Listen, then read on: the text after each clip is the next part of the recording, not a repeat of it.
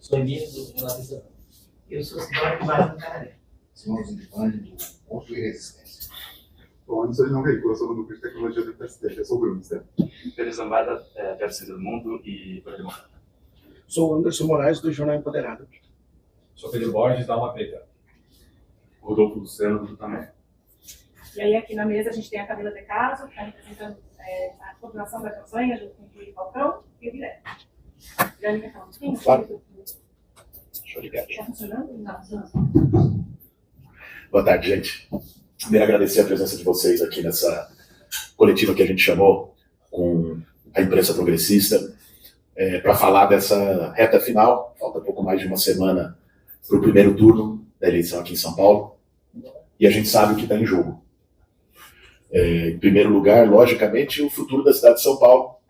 Uma eleição que a gente se preparou para discutir a cidade, juntou um time muito diverso, qualificado de programa de governo, estudou cada área da cidade, cada contrato da cidade, todos os pontos que podia melhorar, elaborou um programa com começo, meio e fim, com propostas bastante ousadas, né, a começar erradicação do analfabetismo em São Paulo com o Mutirão Paulo Freire, trabalhar para que todas as EMEIs e EMEFs, que é a parte que a prefeitura cuida da educação, tenha educação integral, integrando com esporte e cultura no contraturno, a proposta de zerar a fila da saúde com mais médicos especialistas e o poupa-tempo da saúde, que é o carro-chefe da nossa campanha, dada a gravidade do problema da saúde na cidade de São Paulo, o atendimento de uma demanda histórica do movimento de cultura e da cultura periférica, da gente destinar até o 4º ano de governo 3% do orçamento da cidade para a cultura, para o investimento em cultura, para o fomento à cultura, a proposta de fazer um programa inovador nas periferias da cidade, que é o Periferia Viva, com urbanização de favela, regularização fundiária, moradia e integrado com melhoria habitacional, que esse é um tema que a gente, desde que eu atuava no Movimento Sem Teto, sempre lidou muito. Porque o déficit habitacional não é só a falta de moradia, as pessoas que vivem em situação de rua. O déficit habitacional também é as pessoas que têm a sua casa na favela, mas precária, porque foi por autoconstrução. E aqui nós estamos falando de milhões de pessoas na cidade de São Paulo. Que a casa não tem reboco, que por isso o conforto térmico, ainda mais nesses períodos de temperatura extrema, é terrível, que por não ter reboco tem umidade, gera problema respiratório, bronquite, principalmente na criançada. Então o nosso programa Periferia Viva envolve um pacote de melhoria habitacional, inclusive por mutirão nas comunidades, a prefeitura dá condições de rebocar, pintar as casas, melhorar as casas das favelas. Nossa proposta em relação à população em situação de rua, discutida com o Padre Júlio, com todas as entidades que trabalham com população em situação de rua, nossa proposta para o centro, que passa por transformar imóvel abandonado em situação ilegal, sem função social, moradia popular também no centro da cidade. Ou seja, um conjunto de propostas que expressa a ousadia e o projeto de mudança para a cidade de São Paulo. Sem falar no enfrentamento a interesses em contratos escusos da prefeitura, como o que eu já afirmei, inclusive em debate entre os candidatos, da gente revogar a privatização dos cemitérios na cidade de São Paulo, que criou uma indústria da morte, da gente rever cada contrato das empresas de ônibus, por toda a sacanagem que tem tido, além da infiltração do crime organizado, nessa gestão do Ricardo Nunes. Ou seja, a gente se preparou para apresentar um projeto para a cidade de São Paulo. Agora, todo mundo viu e acompanhou o que viraram os debates, o clima que virou essa eleição, particularmente com a postura e a entrada do Pablo Marçal, mas não só, né? Também com o Ricardo Nunes se bolsonarizando mais ao longo da campanha para disputar essa extrema-direita e o bolsonarismo com o próprio Pablo Marçal. O cara, na semana passada já virou contra a vacina, antes já tinha dito que o 8 de janeiro não foi tentativa de golpe, que o Bolsonaro fez tudo certo na pandemia, que errou na quarentena, que o Bruno Covas, quer dizer, está indo inclusive à memória do Bruno, que era nosso adversário político, que eu enfrentei na última eleição, né? Mas que ao menos não era negacionista e bolsonarista. Então, a eleição foi para um nível rebaixado de debate, em que os ânimos acirrados e também a polarização política ganhou uma centralidade maior do que a gente poderia imaginar.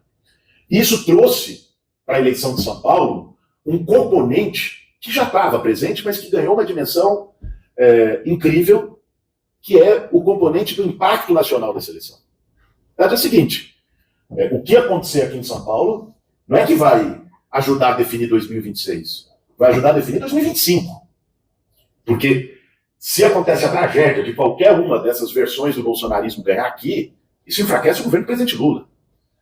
Isso vai fazer um centrão na Câmara dos Deputados, né? Botar o sarrafo lá em cima, porque a eleição de São Paulo virou eleição nacional, sempre foi uma eleição muito nacionalizada, mas nesses termos ela se tornou uma prévia nacional, com um impacto nacional muito forte. Isso coloca na gente um grau de responsabilidade para o que vai acontecer daqui a uma semana muito grande. Entender o que está em jogo, atuar com muita força, com muita firmeza nessa reta final, defendendo as nossas ideias, ao mesmo tempo dialogando amplamente com a sociedade, porque vocês sabem, todo o aparato de fake news e de mentira, que já operou em eleições anteriores, não é novidade para a gente, só muda o conteúdo, o método é o mesmo. Na eleição passada diziam que o Lula ia fechar a igreja, fazer banheiro unissex, fazer kit gay, agora é que a gente iria invadir casa, que a gente iria que usa droga, ou seja, muda o conteúdo, mas é o mesmo método. Isso impacta. Queiramos ou não, isso impacta, isso gera receio, dúvida, medo numa parte da população, inclusive das periferias da cidade. Então, ao mesmo tempo que a gente tem o desafio de, com muita firmeza, nas nossas propostas e na disputa política que está colocada nessa eleição, a gente também precisa ter o espírito aberto para dialogar com o conjunto do povo da cidade, para não deixar que o medo vença. Então, é assim que a gente está enxergando essa campanha e o que vai estar em jogo na reta final. Nós construímos uma aliança, né?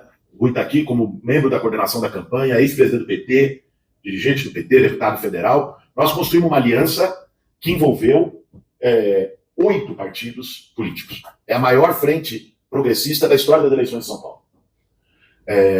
Nós conseguimos, nesse processo, também dar força e visibilidade para a candidatura e para as ideias que a nossa campanha representa.